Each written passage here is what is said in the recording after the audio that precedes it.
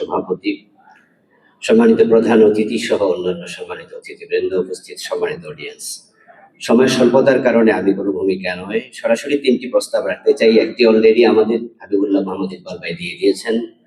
আল্লামা সাঈদীকে নিয়ে কাজ করার মতো চমৎকার সময় আমাদের আসেনি, যেটা আমরা এখন পেয়ে গিয়েছি। এজন্য ঢাকাতে আবারও বলছি, একটি সাঈদী কমপ্লেক্স আমাদের প্রাণের দাবি, এবং সাঈদী ফাউন্ডেশনের সম্মানিত সভাপতি আশা করছি উদ্যোগ নেবেন, আমরা সাথে আছি ইনশাআল্লাহ।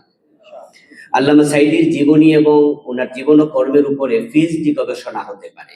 যারা নতুন করে গবেষক আছেন তাদের কাছে আজকের এই প্রোগ্রাম থেকে আমি অনুরোধ করব, তারা যেন আল্লামা সাঈদীর জীবন এবং কর্মের উপরে পিএইচডি থিসিস করেন।